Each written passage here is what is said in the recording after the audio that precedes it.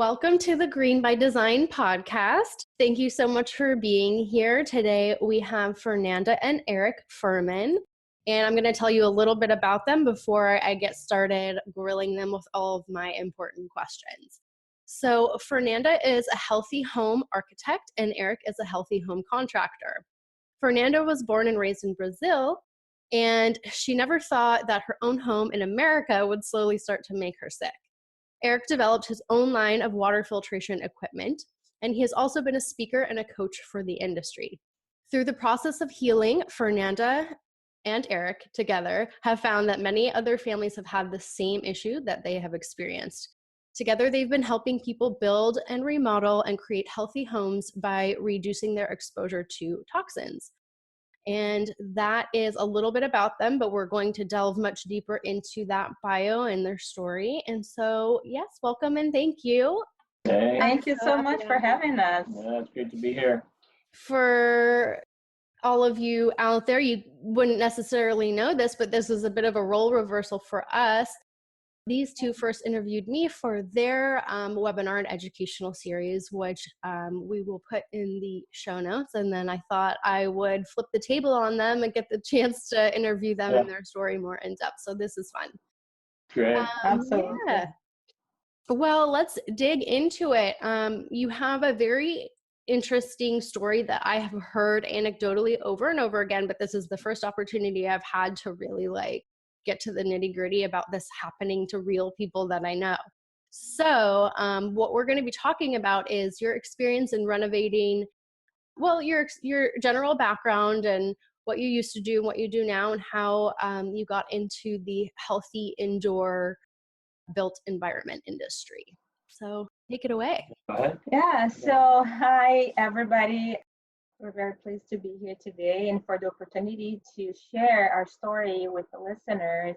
And I know from just talking to a lot of our friends that a lot of people have been going through the same story, but they don't know exactly how to solve the problems. You know, as Erica said, I was born in Brazil, and what I remember from my childhood, it's, clean air, like just doors were open, wind was blowing all the time. I could smell the food that was being cooked freshly every single day. And we didn't have much, so there was not too much clutter to collect dust. And I came to America in 2005, 2005. And that's when,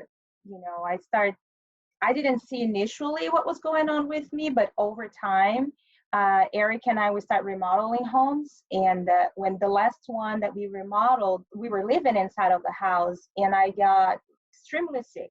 For 2 years, I had headaches every single day. I had no energy, everything, libido, I had no desire to do anything other than just stay in bed.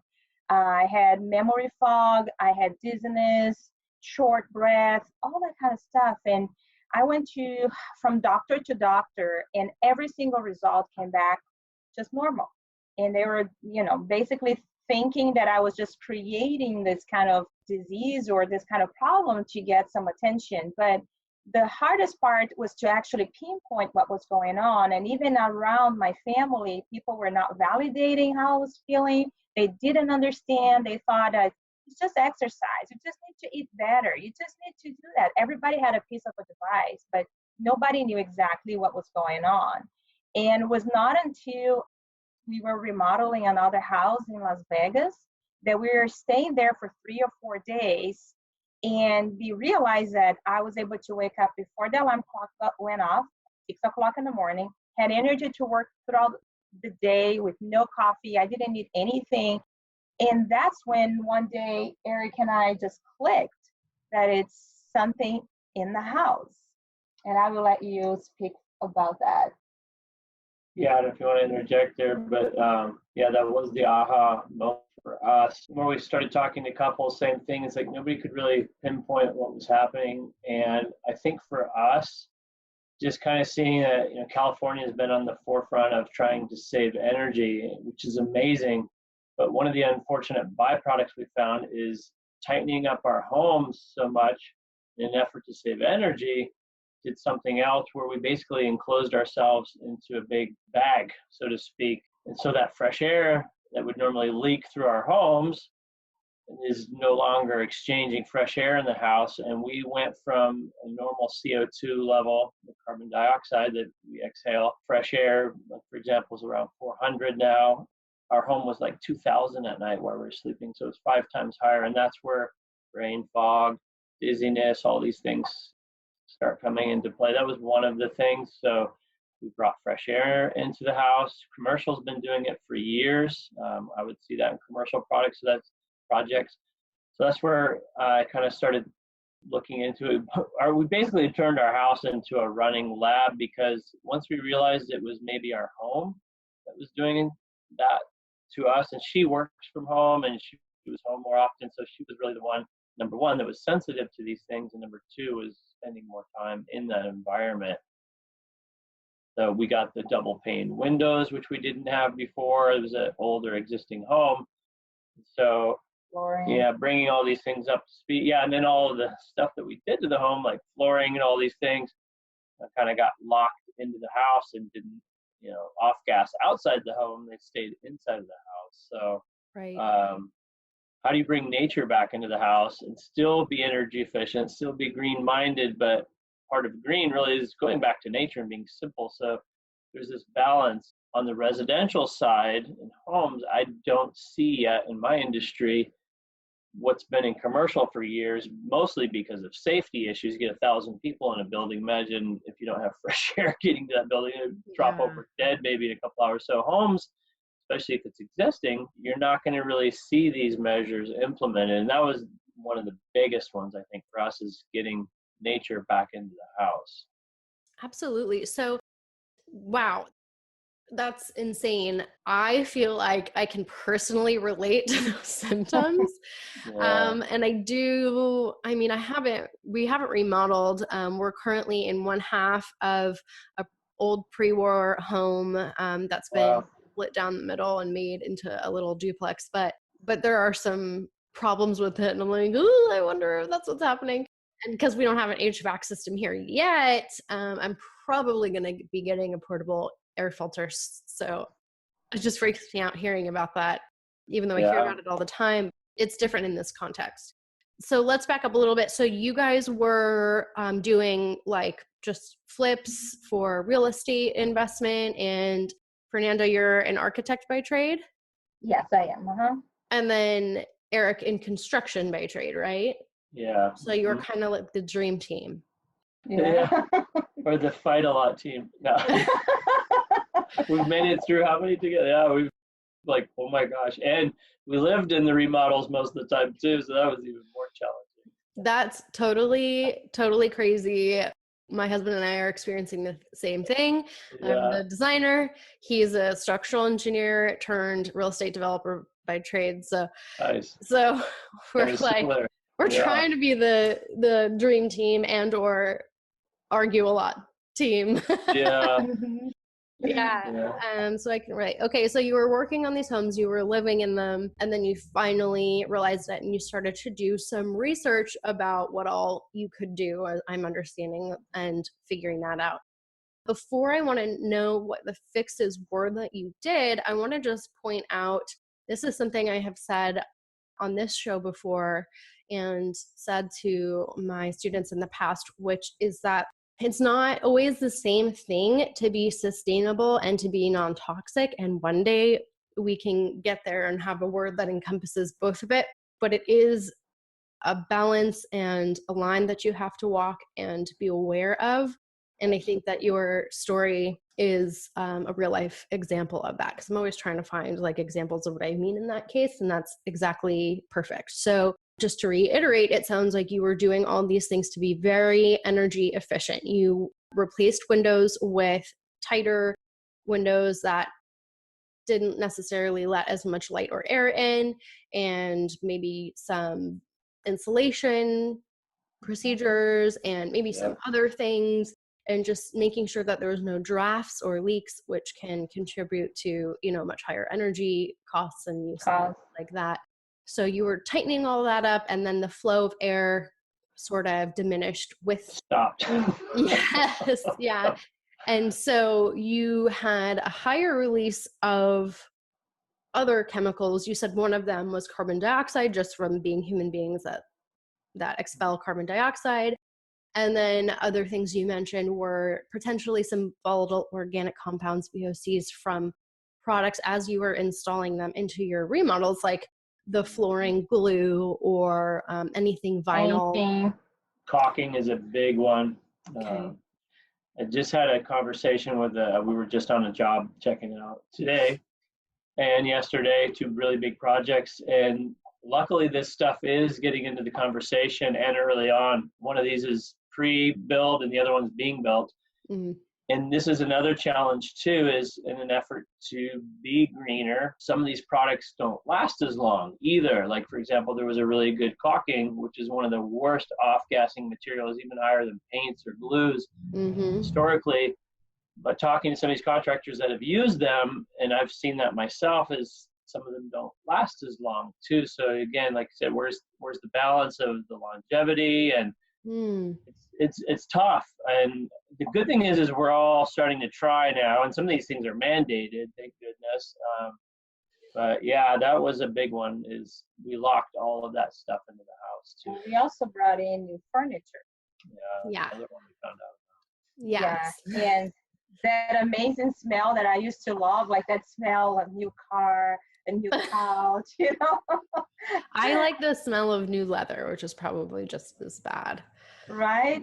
So yeah, I could sniff, you could take a big old inhale of leather, or like old books where the glue, that's what you're smelling, like the decaying glue. Yes. I even like the smell of diesel, honestly. Yeah, me too. The bleach. Yeah. No, not so much. Okay, so I have a couple questions. For the caulking, if it doesn't last as long, are you familiar with the non-toxic version? Are you familiar with the lifespan of a greener version that is not going to off-gas as many chemicals? Like how many years are we talking compared to conventional?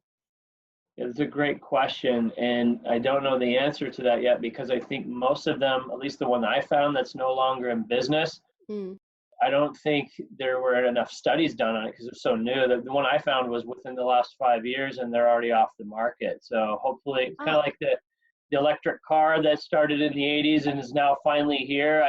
I think it's going to come again, absolutely, but I don't think anybody's there yet to substantiate the difference in how long they're going to last. I don't think they've been out long enough from what I've seen. So I don't know. Shucks. Okay, so we have to look through all of our resources to see if we can still find companies that are trying to do a better job with that particular material. Just to clarify a couple of the things that we're talking about, sometimes if you're doing a wood floor or even a carpet floor, the adhesive, the backing is where, basically anytime you have an adhesive is where we're going to be finding those chemicals that can come out into the air. Off-gas is the term that we use. And then if you are using flooring, which you might have been doing, those luxury vinyl that look like wood or look like some cool pattern, vinyl has a chemical in it oftentimes called PVC, and that is one of the gnarly ones that you want to avoid. There are some vinyls that are PVC free. I don't know that even those are the way to go, but PVC is something that you want to be asking about in terms of manufacturers for the designers out there. And then lastly, you mentioned the furniture, which is something we've been talking a lot about on this show. Like, what the heck is in your sofa and your nursing chair and your recliner and all the things that you spend the most time in, or that your family and so things that we need to be looking out for in there. I think a lot of people are more aware about the fire retardants, and we're starting to see more makers not put those in or not add any extras. And to be clear about that, that's not a VOC. It's a different kind or category of chemical, which doesn't off-gas into the air, but should you absorb it, should it float around into dust and you eat it, or a lot of times cats will lay on a piece of furniture and then lick themselves and then get thyroid disease and die. So like any method of ingestion or it being on you, it does accumulate and stay in your body system because it still stays in the fat cells and it doesn't get pushed out of your Sounds system. like lead, basically. What would happen with something like lead?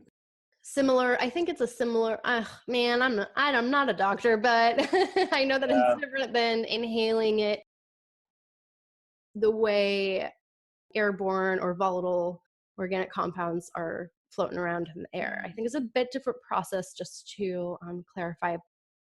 One of the things that I think that's important too is like one of our clients, she's like, I'm never using, PVC shower curtains, that's so toxic, especially because when you're taking a shower, it heats up, it gets the vapor and it gets in the air. But she is applying, she's remodeling her home, and she's using vinyl flooring. And the craziest thing is they are remodeling and getting rid of the flooring that they have right now because her husband got sick. So one of the things that it's very hard for us even to know everything that's out there, to know all the products, what's safe and what's not. But the good thing is shows like yours, there's so many resources out there that we just need to get educated little by little every day and go through the resources that are already available and search, call the manufacturer and ask, what are you using? How do I put it down? What are the components of this flooring? Because I think that it's very important. Right, absolutely. And like as a little anecdote, I once purchased wallpaper that was an eco-friendlier version from the adhesive to the components of the paper itself, which can be any type of vinyl or fabric or paper or lead coated or clay coated, all kinds of things. And he took the paper, but then he used his own additional adhesive in addition. So it kind of like completely negated the point of what I was trying to do.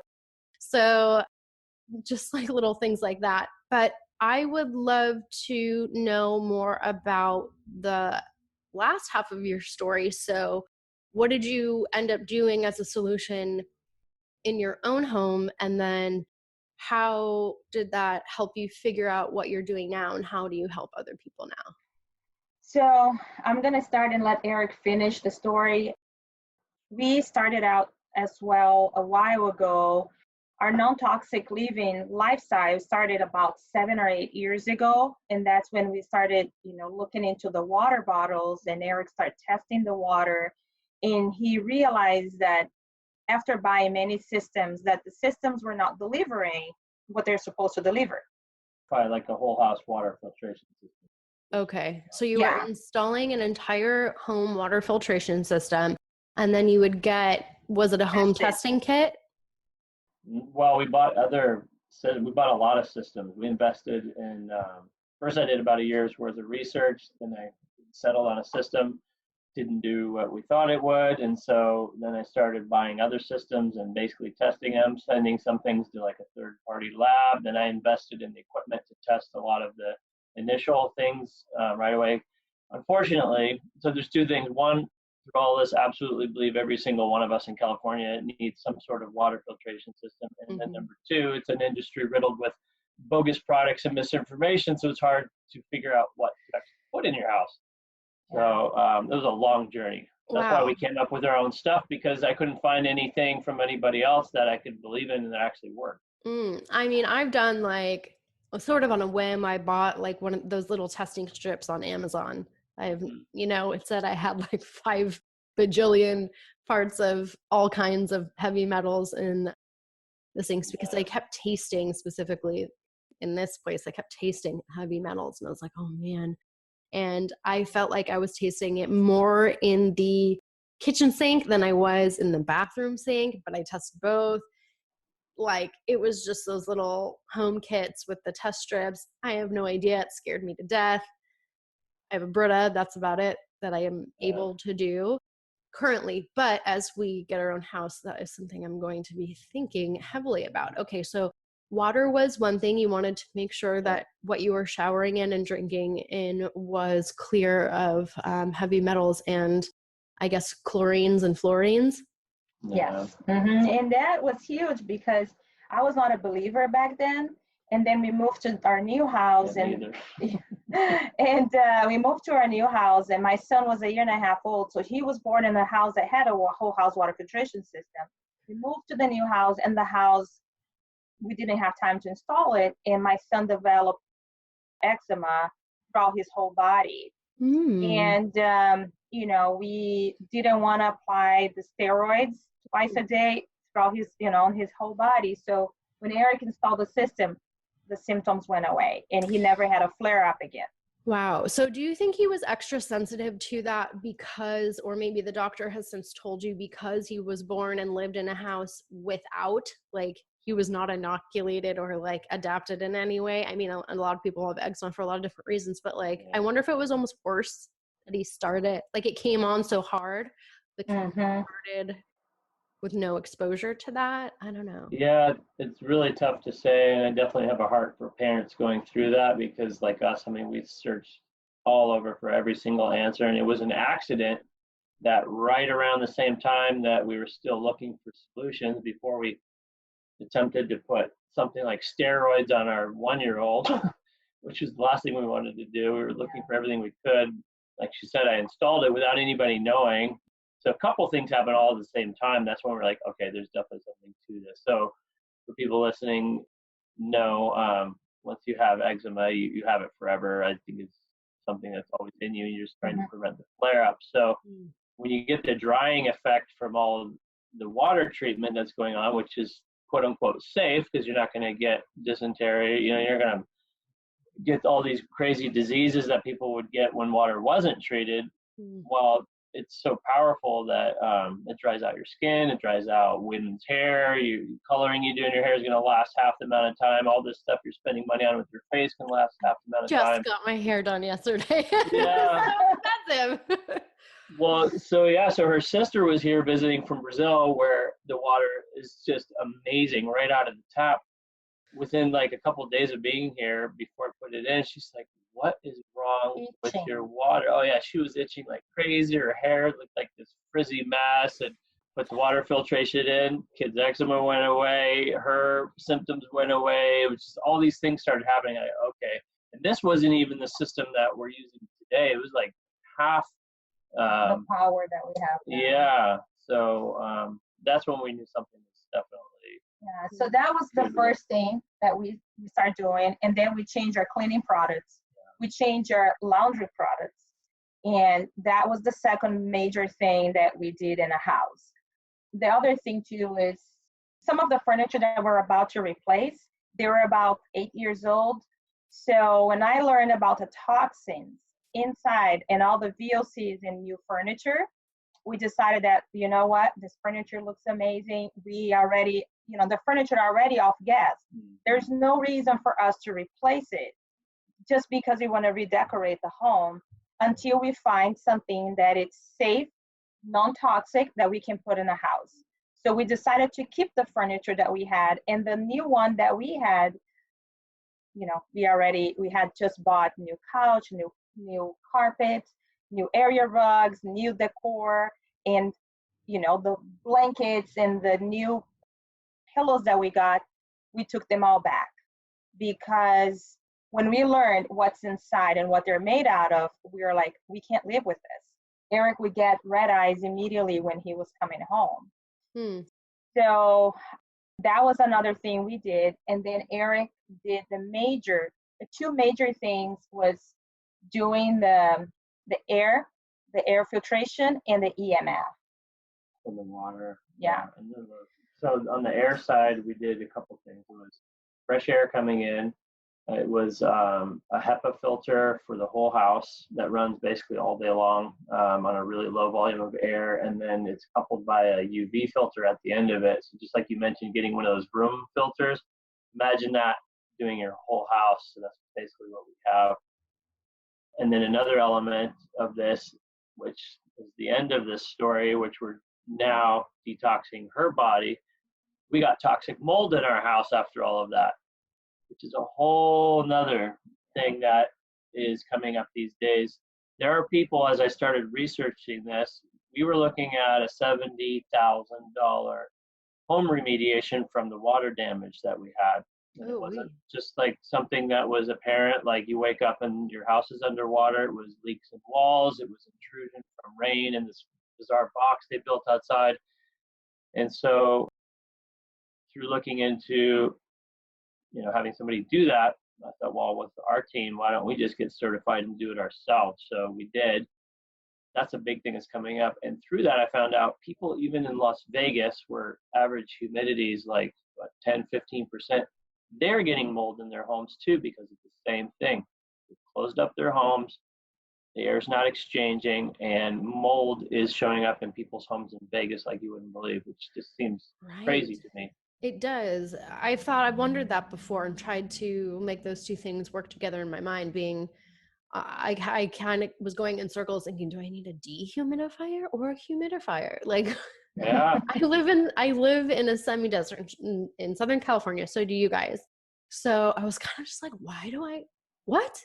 Am I in danger of this? But it does make sense now when you look at it from a construction point of view. Okay, so you had an entire whole house air filtration. So it was a forced air system, filtration system, and it sounds like it was. Can you explain the difference between, or maybe just explain a little bit about what that HEPA filter is and what it does? Absolutely. So there's a lot of irritants or quote unquote toxins in the air that we deal with, even outside and everywhere. So each one does different things. So for example, I get very sensitive to particulates in the air. It could be released during cooking, something that's cooking in your own kitchen and the vent above the stove not working really well. It can be all these beautiful decoration items that you guys like to put in, like curtains, for example, that hold dust. And if you get the right temperature going on in your house, you can have dust mites. And as things kind of disintegrate over time, you just get particles in the air. Particulates are caught by the HEPA filter, and it's just a really fine mesh. Lennox is the best company that I've seen that gives you the most amount of filtration without putting a drag on the system too.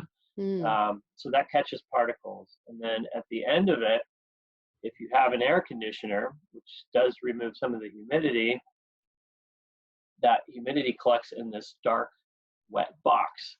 And if you don't have a really good filter, you have all these particles collecting on it's called an evaporator coil that's next to your furnace. It grows stuff in there, algae, molds, and these types of things. So I have a UV light that doesn't produce ozone. Another tip there you want as you're looking for your filtration stuff. If it does UV, make sure it's certified not to put out ozone, which is a lung irritant. So that helps knock out any viruses, bacteria, and things like that. So that's part of it. Then you got fresh air, which helps the CO2 levels, which helps cognitive brain function. But humidity is a big one too, because you want to be right in between like 30 and 50%. There's a range of humidity. You go below that, you've got viruses. You go above, you've got mold. There's other things that grow on either spectrum. Dust mites thrive in a warm, humid environment. So humidity is a big one. You can do a portable unit, just like the air filters you're looking for. You can also do a whole house dehumidifier, and that's really important from what we're finding out, especially in homes like Vegas or ours or anybody using heating and air equipment and trying to save money, but then you've got poor air quality.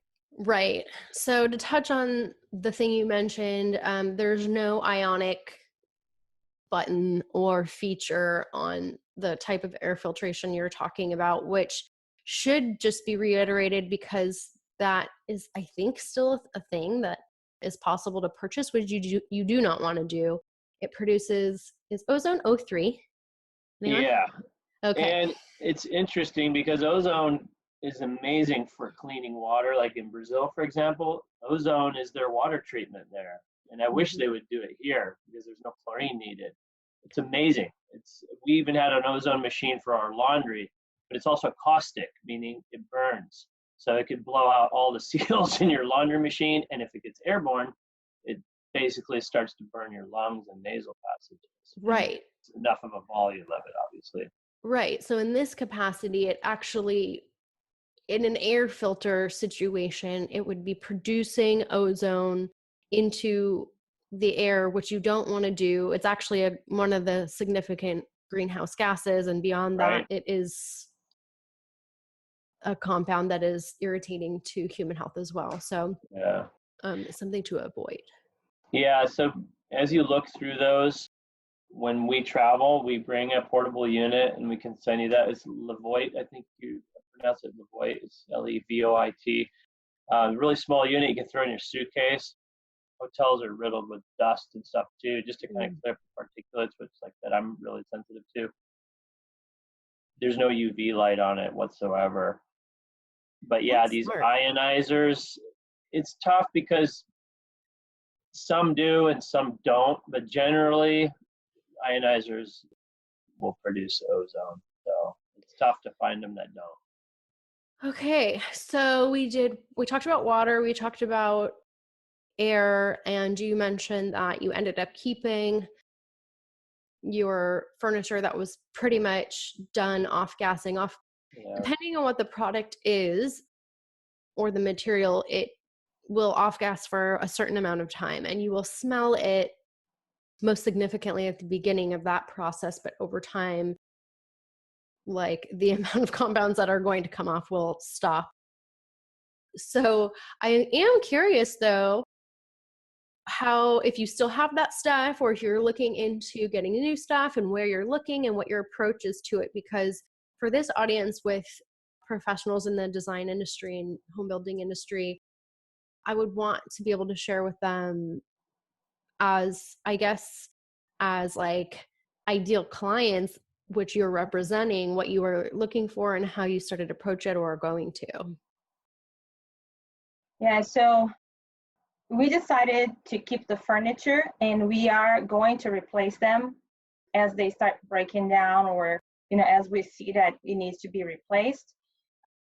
There's two places that I have been looking at in terms of building materials. One of them, it's called the Green Building Supply. And It's a favorite. yeah, they have like flooring, they have anything you can think about building a house with, they have those materials there. The other thing too is they're very good at answering the phone and talking to you and A giving real you live human? actually the owner of the company answered the phone. I didn't know that. Good Yeah. for them. Yeah, and they answer the questions you have. If you have anything that you're concerned about, they're very good at explaining it to you. So, and the other guy that it's very good, he actually created a new degree. It's a degree of green. His name is Andy Pace, and he is also a leader in the industry of building. That your listeners can do a little research on him, Andrew Pace. He's very well known in the industry, and that's another place that they can go for resources. Now, in terms of off-gassing, it's hard to know. We can't really tell when it's done off-gassing unless you have somebody that lives with you that has all the equipment that just like everything I bring in the house, he tests, like you would not believe. That's amazing. So Yeah. Is it accessible? Do you offer that to people as like a service? Is it accessible to people who like, could a designer go around testing things at showrooms? Like, how do we approach that? So from what I've seen, there's all different levels. And the good thing about technology is the things that professionals used years ago are now becoming accessible to the average consumer for somebody just kind of getting started. So yeah, we can definitely share some of the meters that I've bought. Some of them are handheld. Some of them are really expensive handheld, more of the professional level that somebody's not used to buy in their home that we use for the mold, for example. Mm-hmm. Some of them are a Wi-Fi device that constantly monitors the air. Then some of the traditional heating and air companies like Honeywell, like we've all heard of, that make a thermostat. Mm-hmm. We've figured out a way, unfortunately they don't have a residential model, but I've figured out a way to convert it into residential where it basically is constantly monitoring the air quality for certain parameters, like we have one for VOCs. and they have one for most of them tied into the thermostat have humidity, and then the other one is the CO2 levels, which has been around for years, but the voltage isn't something you would use in a home. So you can have, for consumers, you just want to set it and forget it. But for answering the question to somebody like you going into a home, there's all different levels of devices. The challenge I've seen is most of the really accurate devices are going to be in the thousands of dollars, and they're just starting to get stuff that you could buy for a couple $100 that actually works. Like, for example, I bought one of them, there was like 5 of them, all the same, and they were all reading different levels, and it's really frustrating. Yes. So, and this is something I've spun my wheels about personally and trying to, as I've been developing this business, it is something I want to be able to offer. Like, I will go in your house and show you, because that always has more impact than just being able to explain it. So it is. Yeah. There's also a challenge too, and this is what has happened for me, is I've realized that when there's companies that do this, they'll do like, you maybe seen like this air sample, where they'll put it in a room for like an hour and it's pumping air and you put it into this cassette. There's a problem with that. As we do things in the home, the indoor air quality changes. For example, if you take a shower, you have poor ventilation, your humidity is going to rise. You cook something indoors, you don't have a ventilation fan like us over there that actually works, it just pumps it back into our home. You wouldn't believe the amount of toxicity that is released from just everyday cooking, even at normal temperatures. You do something like coloring your hair in the house, doing your nails. He's unfairly poisoned. He called me one day. He's like, "What are you doing?" I was like, "Nothing." He's like, "You're doing something because I got an alert here that the air is hazard." And I'm like, "I'm not doing anything. I'm just getting my nails done." And he's like, "Where? Are you in the bedroom?" Because that's where the alert. It's like, yes. He's like, "That is danger." It's like, not danger, but it's like the air quality dropped like so much from one, because I had all the windows closed. Oh my God, I do that all the time. What you could do for a customer, and even in your own home, what I think makes the most sense, it just takes a little while, is you can get their Fubot is one company that I like, and the other one is Yuhoo, UHOO. They're from China, and I kind of do a side by side with these because one excels in certain things like particulates, and the other one has more accurate measurements in another parameter. You basically set them in there for, I would say, at least 3 days, and then it graphs out kind of what's happening in the home. So you learn their habits and the ins and outs of the house, when they're having the spikes. That gives you a better picture of what's happening indoors. I don't think it's possible within an hour or even a day to figure out what's going on in a home. Yeah, and I used to say that, the house will react to the way we act. Yeah. Sure. So, yeah. So, depending on what you do, you will increase or decrease the air quality. So that's why Eric is saying it's so hard to pinpoint. If you just stay there for an hour and you have like the window open, your air is just fine. But once you start doing the things you do, normally, and I love to give people this habit tracker, and I think you saw in the workshop. And that's when you start looking into everything you do in the house and everything, all the products you use. And I ask my clients to do, you wake up, write down everything. So for example, I woke up, I drink water. So the first question is your water filtered? If that's the first thing you do. Then I take a shower, is your water filtered? Then I put makeup on, I put my lotion in my face, I do my facial treatment. Well, what are you putting in your face? Is that toxic? Then I put perfume. Well, and then you just start going throughout the day, and I ask them to detail if I could just have a movie and transcript, a transcript of their daily activities, that's when you start seeing where things can be improved and where probably their quality, where it drops and where it goes higher, quality. Right. I think the point that you're touching on is the bigger picture point for me, is making sure people are aware that they are not safe from buying from toxicity when they buy everyday products, whether that's a beauty product or a household product or a design product. or material.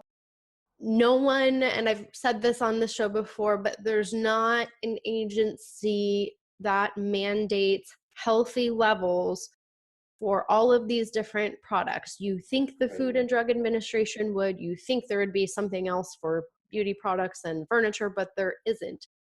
I've talked on the show that there are a few chemicals that are 5 out of like 80,000 since World War II that have been created that are actually banned. And then there are a significant number more that are regulated, but the regulated can just mean watched or reported upon. It doesn't mean they're not in your things. It doesn't mean it's not.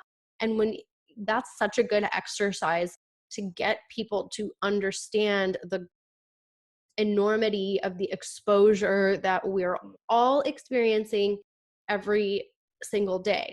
And the last thing I want to just reiterate that you said, Eric, before I move on to the next question, is you briefly mentioned EMF. I just learned about this year, and I was just at a home inspection for myself as we're trying to purchase a house here in LA, and the general inspector brought his EMF machine and was like turning it on with the old stove that was in the old house with the fan above the stove, and said, like, for instance, this is something that can create an electromagnetic field. And at first, when I heard about the EMF, I was like, no, I can't do anymore. This is another thing. Like, you all sound like insane hippies. Like, what is this? And then I realized, okay, it's actually something that needs to be looked into when you like learn a little bit about the science, and you have to, I guess, relent to the fact that if you producing electrical field or, you know, waves of any kind in that area. I mean, I'm stuttering over my words because it's hard to describe, but maybe you could teach us a little bit about what you have found out so far. This is a funny story too, because I'm the biggest skeptic of everything, and you know, I'm always second guessing things. So she went to a medical doctor. You're seeing this a lot now, who's gone the way of functional medicine and more integrative, holistic health, and she won't even work with her patients if they don't have this guy come out and test for EMF in the house, right? That's how strongly she feels about it. And she's she's so a certified Western doctor. Yeah, you're seeing this a lot, not just some quacky dude that got some online degree. This was a full-on MD, and then she, like a lot of these people that we've interviewed and met, they can't find the answers when themselves have gotten sick or somebody they love, and so they've kind of looked at other places, and EMF's coming up a lot, and it's even still today is like tough. So a couple things that happened. So this guy came over, and I'm like, kind of sitting in the corner, and then I'm slowly warming up to him. So we did an experiment, and we shut the electricity. Well, I did when everybody's asleep. I shut the electricity off, like camping style, for 3 nights in a row. One of the things that I noticed that I didn't really notice before, and she's starting to notice it now, is we've had, I think you call it ringing in the ear, tinnitus, however you pronounce it. That went away. Like every day it was less and less until the 3rd day when I woke up, there was no more ringing in my ears. And we can go on and on about that, but I think the biggest takeaway from EMF as you look into it and go down the road is think about how long human beings have been around electricity. Not that 100 long. plus years, maybe, not long. So I don't think we've ever been really taught how to live safely around it. Let's forget about cell phones even and Wi-Fi and all that, just electricity alone. So here's one thing that really sold me. We have meters that test for electricity so we don't kill ourselves at work, right? Well, if you've ever accidentally grabbed a plug in your wall and ever got shocked in your life. I sure have. Most of us have. So that is floating around, part of that field, just with the basic wiring in a home is in there. And this guy came to our house and he was basically measuring electricity in the air. And my first thought was, if there's electricity in the air enough to make this pen go off, which I use to test live circuits, could I power a light bulb from thin air? Those were the creative boy in me. So I went out in the middle of the night, found a power line, which we all say, oh, it's not good to go by power lines, right? Which is on top of my son's daycare. Yeah. I illuminated a fluorescent tube from thin air. I have a video of it. Wow. Just by So holding it near the field? yeah, just up in the air, it illuminated the bulb. Not fully, but enough. So the reason why you die when you touch electricity is your heart is going to mimic the patterns of the electricity, and until it basically explodes. It goes 60 times per second. That's the cycle of electricity. That's why you feel that. So a lot of times people just go into cardiac arrest from electricity, or they get burned. But a lot of them, it just from the regular wall electricity, you die because you're on it long enough, your heart is basically just going to explode. So next thought was, okay, if that's in the air, what is that doing to us over time in our natural electric rhythm? So that's where I'm really at with electricity and EMF, is the whole Wi-Fi and cell phone thing. We're doing safe things for that too, like keeping it away while we sleep and these things. But that research is growing a lot too. So yeah, there's definitely something to it. Yeah. Another thing too to mention is that a lot of us now, we're working from home. Yeah. Right, and we see this just growing. This is like a movement that's growing. Everybody's working from home, and for me, again, I'm the one that it's just like totally being like bombarded from every single level. And when this guy came to our house and he came to my office, all of his equipment went crazy here, right? And he's like, "Oh my gosh, this office is so bad. It's so bad." And he was asking me, "How often do you work here?" And I'm like, "Just like 9 hours." And back then I was working like 9 to 10 hours easily a day in that office. But think about this. We have wireless. We have like the router. My router was just by my desk. It's by my bed. Do I need to move it? Yes. What did you say? By your bed? By my bed. Yeah. So we've learned a couple of things. If you have the new Netgear one that does like the 2 and the 5 gigahertz, those actually have a button you can turn it off at night. The biggest thing, their takeaway too, is when you're sleeping, you're supposed to be rebuilding and resting, right? So if that electrical field is constantly messing with your energy system, you're not resting. So yeah, that's the biggest thing, is get that out of your bedroom, or maybe turn it off at night. There's a way to turn it off. Right. So do you guys go dark and turn off the electricity every night now? No, but we are going to turn off zones. So I've come up with something where I can interrupt the main electrical service panel from the house. Kind of hard to explain, but you wouldn't want to go out and shut those things off as the average homeowner or renter ever. Those are not meant to be like light switches. You can actually get really hurt doing that. So there's a okay. So I say that I get sick all the time because he needs to find those systems, that he needs to create those systems. Yeah, and we hardwired we hardwired the whole house too. And on an existing home, that's not easy. But there's a benefit to hardwiring too. Like, for example, even with our great Wi-Fi that we had, the TV downstairs was, 1/10 the speed that it is now. Yeah, it's amazing the speeds that you'll get from hardwiring everything. And you can even hardwire your iPhone, your iPad. They make adapters where you can take an Ethernet cable and it adapts into your iPad or your phone. You can shut everything off and still use your phone in your bed, and you're not getting any of those signals going through your phone. Wow, this has been so enlightening. You guys are the real deal. So now, if I'm to recommend you to people, I'm going to say you need to hire these guys. They're going to do an assessment of your house, and you'll be able to do those 3 things, right? So water, air, and EMF, and then you'll be able to make recommendations. And mold now too. And mold. Yeah. And even help people install the things that they need to do. That's kind of the full kit and implementation. Yeah. Okay. That's amazing. So my next and sort of last question here is, what would you want to see for people in my industry and really yours too, Fernanda, when we are helping clients who are really, maybe it's a full remodel, maybe it's just redecorating, but what would you want to see or have us be aware of as we are working with people? So I think the first thing is being aware of their health, the health that they have right now. So there are so many kids that already have health issues. so many elderly people and, or people like me that are already showing symptoms, which is have already been exposed to an overload of toxins. We're overloaded.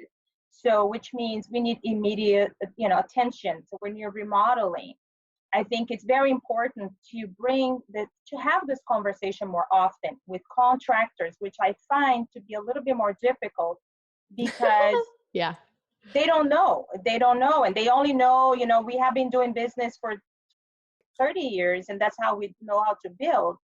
And they don't know how to deal with the manufacturer. Well, what if this drywall doesn't last as long as Eric was saying, as long as the other one, then the warranty is going to be on me. So educating the client on the options, from the very beginning, and let them make the decision, I don't care about this, but at least the conversation start with us. So we will be the ones that are going to be telling them not what they need, but giving them the options based on what we know that could benefit them or their family in the future. So I think that's what will be my dream right now, is to have all of architects, interior designers, and contractors all on the same boat, like all talking about this, so the homeowner would not feel like, who do I trust? The contractor said it's fine. That's how everybody lived until now. Why do I need to pay more to have this drywall if I always lived in the house that had this other drywall or this flooring, right? Right. Yeah. So I was going to say, I think that's a really interesting point, is just even now, man, it's going to be a delicate subject and line to walk. You don't want to like burst into someone's house as a non-medical professional and be like, tell me if you're feeling sick, or like, what are your symptoms? But maybe figuring out a sensitive and appropriate way to begin that conversation. And you can say, I have, maybe something along the lines of, in my experience, sometimes people have experienced headaches or brain fog or respiratory problems, your kids have, asthma, that kind of thing. And find a delicate and respectful way, or maybe even asking if it's okay to ask like some of those questions. I don't know. Everyone has to feel it out for themselves. But I think drawing that line really clearly, because as you said, it was not clear for you. You had to reverse engineer the problem. So being able to almost begin with those things and then letting them make the decisions. Yeah. So one of the ways that I find that it's easier, it's instead of asking, we do a healthy home assessment. So it has nothing to do like with your health in particular, but that's a great way to start the conversation. Like, oh, would you please, before we start this design, would you please fill out this healthy home application assessment? And when they ask, why is that? Why do I need to tell you, about my health? Well, because we have seen some materials that are more toxic than others, and there are studies, and there are lots of studies that back up that information that they can go to and that you can have handy, that shows them that there are studies that have been done, and here are some of the resources. And then once you do that, then they just start asking themselves questions. And the other thing too, you're not there to mitigate the problem, like the health problem. You're there to avoid that this problem gets worse by the products that you put it in your home. Right. That's basically how I approach. One of the things that we're exploring too, first of all, is absolutely, I think we're in the realm of educating the whole public until it becomes normal. So there's that. So this awareness is just commonplace. And then the next one that we're trying is, because we're also having a little bit of that resistance from just dealing directly with the customer, is approaching it more from, if they've already got a holistic doctor, if they've already got a chiropractor, is they're not implementing these things in the home, obviously, but so they go fix these people and they go home to a toxic home. So we're working with them now, and we'll see how that works out. But our idea is they're basically prescribing this, and we're just implementing those measures under their direction as their it's all between them and their healthcare provider or, their naturopath doctor. Right. But I love that. And that you know is what I mean? genius. And I love my naturopaths. I love my Yeah. functional doctors, all those kinds of people, anyone working in cancer prevention, anyone working. Yeah. It's already happening because that's how we met the EMF guy that came to our house was from the doctor that was speaking at the event. So it's definitely working.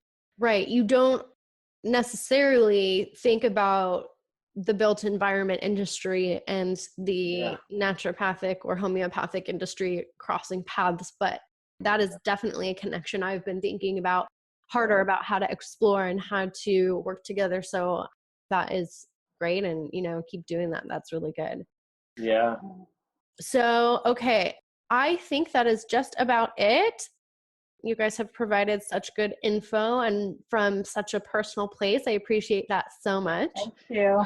And let's see here. Is there anything that we haven't covered that you want anyone to know?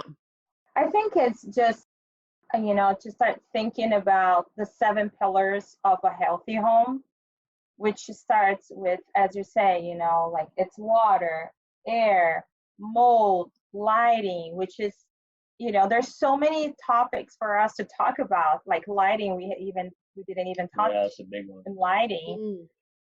But there, just to start thinking about small things that you can do today to start improving your health or just moving towards a non-toxic living, just by taking one action at a time.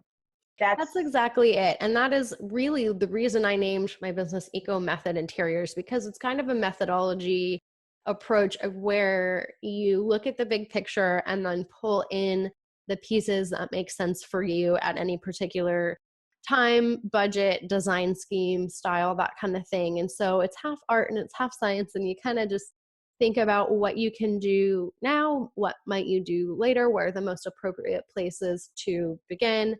And so that is right in line with what I always like to say. So I'm glad we're on the same page. Mm-hmm.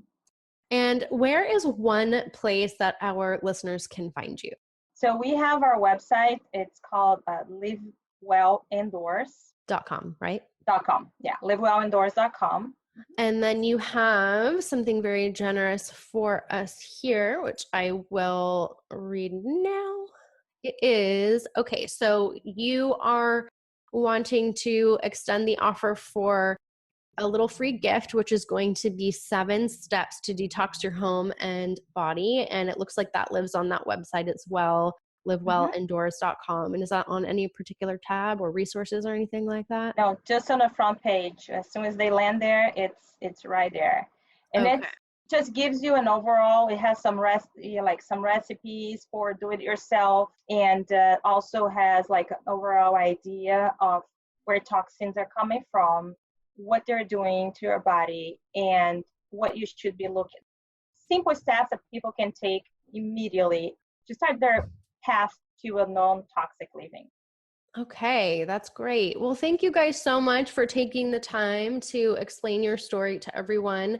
And I love that you were so impassioned and really well set up. It was kind of like almost like a blessing or like a silver lining that you guys had this experience because you're so well equipped and now impassioned to help other people. So that's a wonderful outcome. And I'm glad that you're doing it. So thank you so much for joining, and I will catch you guys soon.